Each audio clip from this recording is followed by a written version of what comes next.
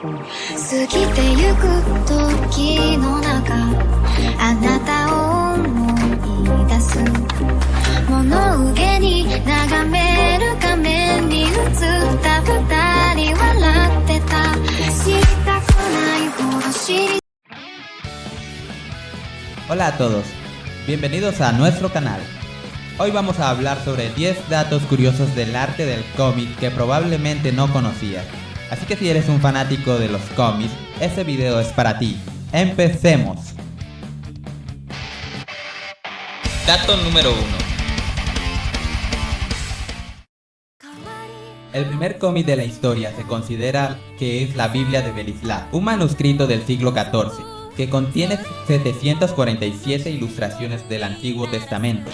La Biblia de Belislav es un manuscrito ilustrado del siglo XIV que contiene 747 ilustraciones que narran la historia del Antiguo Testamento, una parte de los Evangelios y de los Hechos de los Apóstoles, todo el Apocalipsis y demás leyendas sobre los patronos checos San Venceslao y su abuela Santa Luzmila. Se cree que la Biblia fue creada en un taller profano por encargados del canónigo pacrense Belislav, notario del rey checo Juan de Luxemburgo y de su hijo Carlos IV.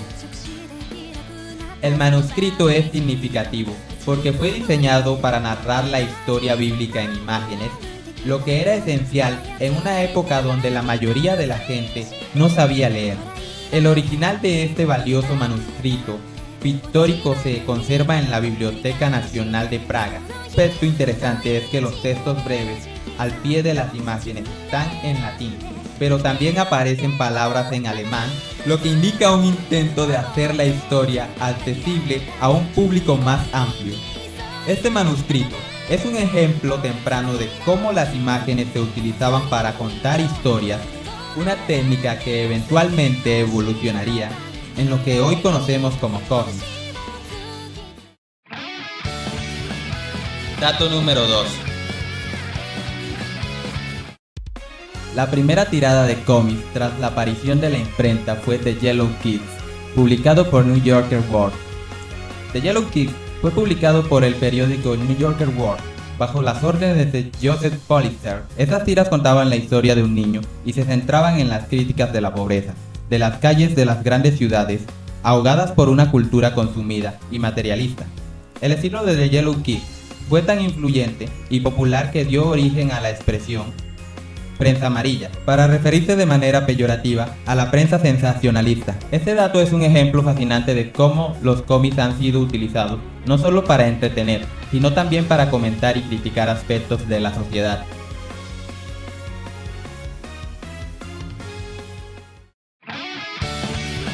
Dato número 3. En España, la primera historieta o cómic se inicia en Cataluña, en 1904, con El Pato, pero no se publica la primera y verdadera revista del cómic hasta 1917, con TVO.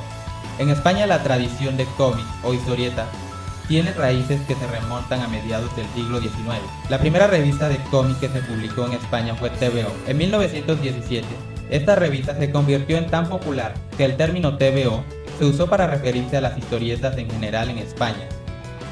Antes de TVO, hubo publicaciones infantiles como El Patufet, que comenzó en 1904. El Patufet fue una revista semanal en catalán, que incluía cuentos, adivinanzas y por supuesto historietas. Las primeras historietas impresas en España se identifican con la obra Historias de las desgracias de un hombre afortunado, 1857, del militar vasco afincado en Cuba Víctor Patricio de Landas Luz, publicada en la revista cubana La Charanga. Estos datos reflejan cómo el cómic en España ha sido una forma de arte influyente y cómo ha evolucionado a lo largo de los años. Dato número 4. El origen de la palabra cómic proviene de Estados Unidos y hace referencia a los primeros TVOs publicados. La palabra cómic es un préstamo del inglés comic, que significa gracioso, y se usa para describir una serie de ilustraciones que leídas en secuencia cuentan una historia. El término se popularizó con la revista de historietas conocida como comic book, que fueron uno de los primeros formatos masivos de producción de este tipo de obras. El uso de la palabra cómic para definir la historieta en sí comenzó de manera popular con la publicación de The Yellow Kid en 1896. Sin embargo, el concepto de combinar imágenes y textos para contar una historia es mucho más antiguo, con antecedentes que se remontan a las pinturas rupestres y los jeroglíficos egipcios. Dato número 5. El cómic más caro de la historia es una de las primeras historias de Superman. En 2014 se vendió un ejemplar de este por $3.207.852. Se subastó, miren los fanáticos de Superman, a $3,25 millones el primer ejemplar de Superman. Y pensar que hace 83 años alguien pagó 10 centavos por esa misma revista. Bueno, ahora el número en el que el superhéroe es presentado por primera vez rompió un récord de ventas al ser adquirido por esa millonaria suma. Es el inicio de no solo de este personaje, sino de todo un género, porque fue en definitiva el puntapié inicial del nacimiento de los superhéroes. El comprador es un coleccionista privado cuyo nombre no ha sido revelado. ¿Pagaría usted más de $3 millones por ese el primer, digamos, fascículo de estos cómics? Hay fanáticos, evidentemente hay fanáticos.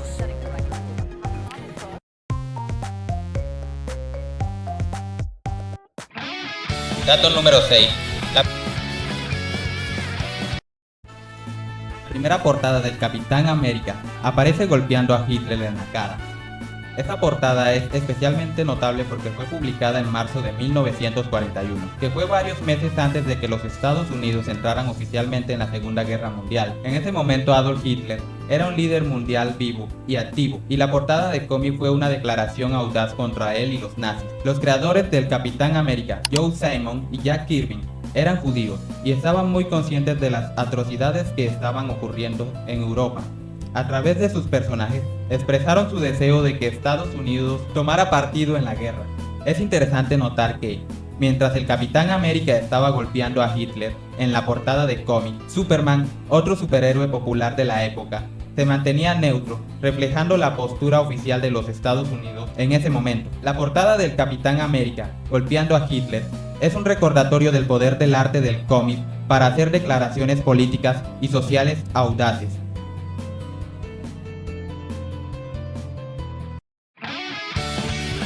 Dato número 7.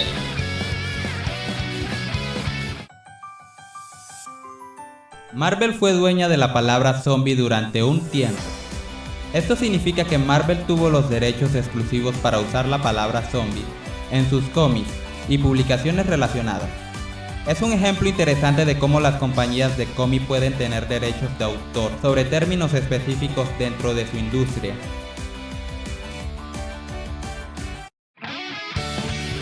Dato número 8.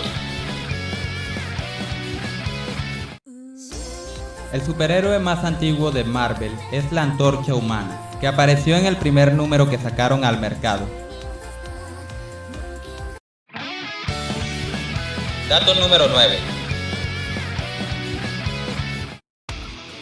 Los superhéroes de Marvel se rigen por una norma básica. Todo superhéroe tiene que tener un punto débil. Dato número 10. Marvel y DC se juntaron en 1976 para el especial Superman vs. The Amazing Spider-Man. Este cómic es conocido como The Battle of the Century y fue una publicación conjunta de Marvel Comics y DC Comics. Fue la primera vez que los dos gigantes del cómic estadounidense publicaron una aventura conjunta de superhéroes.